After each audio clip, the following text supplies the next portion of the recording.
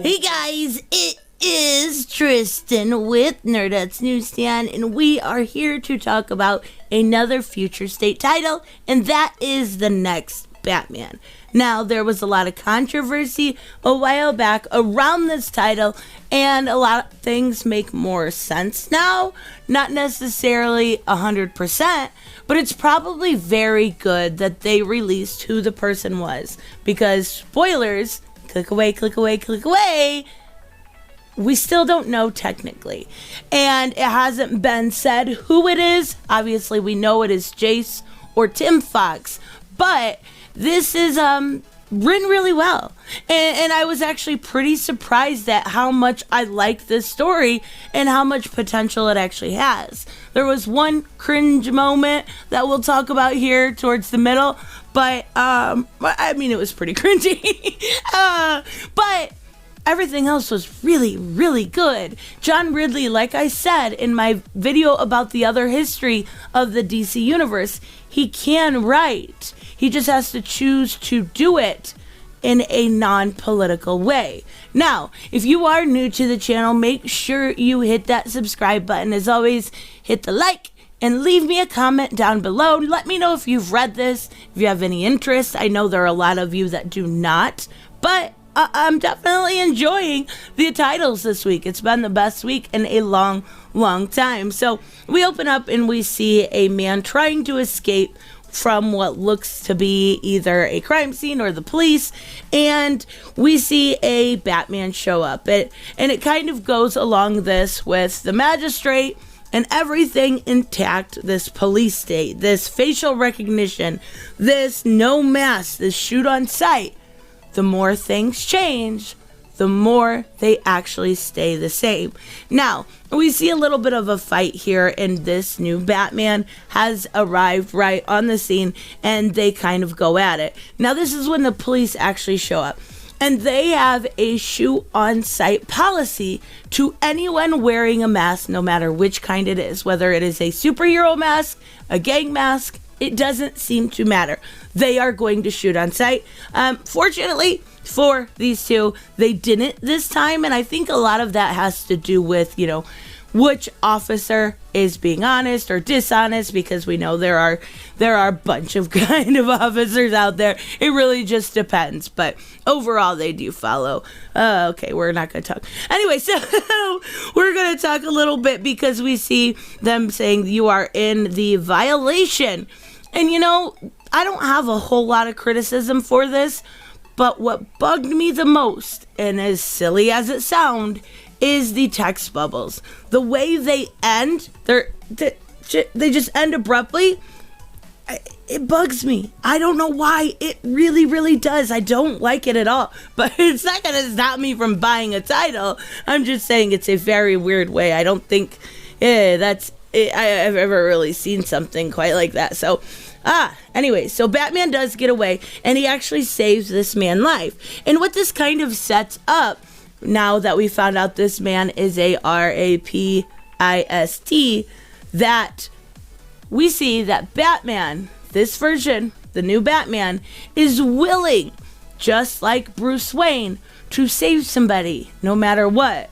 They are just like Bruce Wayne, trying to save a person from themselves. And I think that's always been the best way to describe Batman. And we see that over and over again. Now, this part really got me into the story.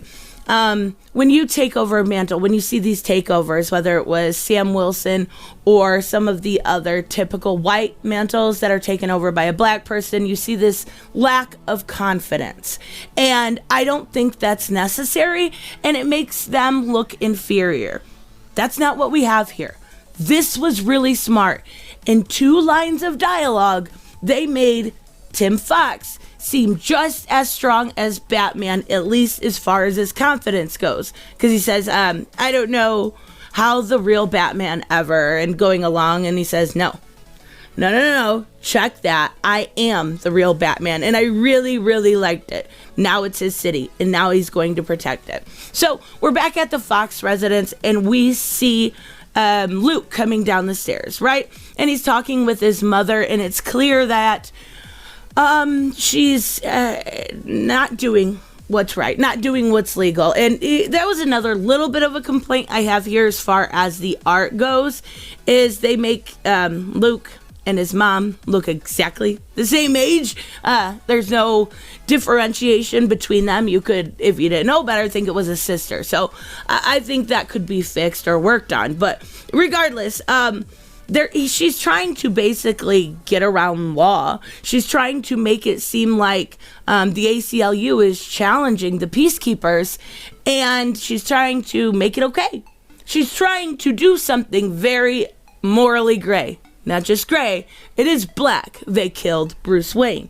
Or, so they think. But we see them take off, and Luke take off, and he is going to see his sister. Now, this is a little bit introduction into one of the gangs that I talked about in a previous video. We're in Little Santa Prisca, which is the Bane gang, Bane Ladors, something along those lines. But they're basically bringing in recruits. Children. Literally children.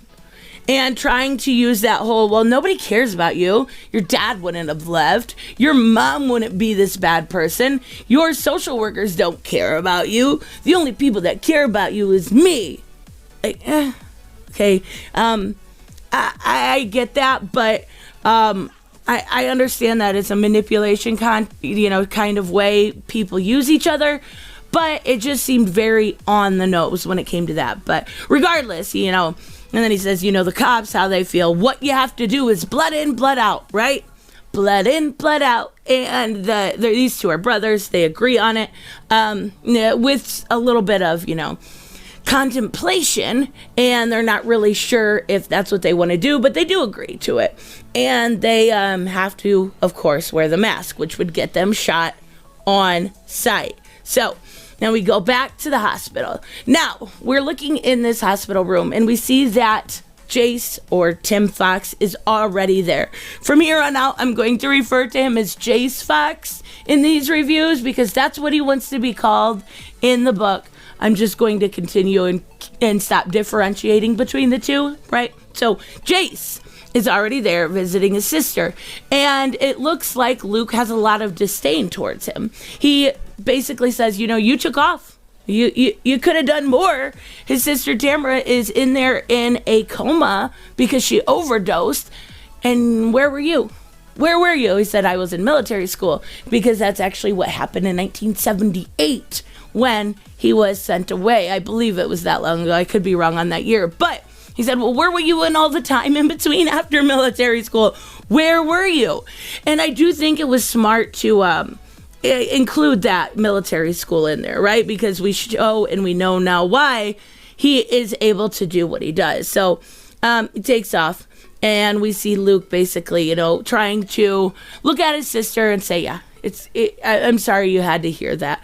And then we see Chubbs, and she is talking to her former partner, Whitaker, and she wants to know something. It looks like one former cop is helping people actually do certain jobs, whether it's robbery or anything else, and she wants to know if, quite possibly, he could be the one that is helping. And this is where we get the cringe, because she says, she always talks about we're talking about, what's his name? Mayor Nanako. And she said, the peacekeepers, right? A private army shoot on sight orders. It doesn't feel right. I never cared for those masks, but now masks have gotten so damn political. That was the worst of the cringe, right? Like, yeah, I get it. They've become political, as silly as that is. It doesn't matter. I have to wear one every day being a nurse, so they don't bother me, but I think we also have our freedom. So it's up to you to judge. But yeah, that was about it. Cops are caught in the middle. All right, I get that. But then we see, him say, I'm not a cop anymore. Leave me alone. I'm not doing anything with this. And then we're back to the Banadors. And they have to do, again, this blood in, blood out. And they find somebody walking down the road, and they're going to go shoot him. And his brother hits him and says, no, you're not going to do this. Well, then they take off. And we see Batman tackle one of them and jump right on the hood of the car. I really, really like it. Make him crash. He is able to talk to one of them. But what he says is, what is wrong with you? Like, you literally, by giving those kids obviously a gun for one, and two, a mask, you're asking for them to be murdered in cold blood. What the actual fuck is wrong with you? Well, so many things. But the peacekeepers shoot on sight. Batman needs to get to these children in order for them not to get shot. And they actually do. He is able to talk them down. They hand over the gun before the peacekeepers actually show up. And they start shooting.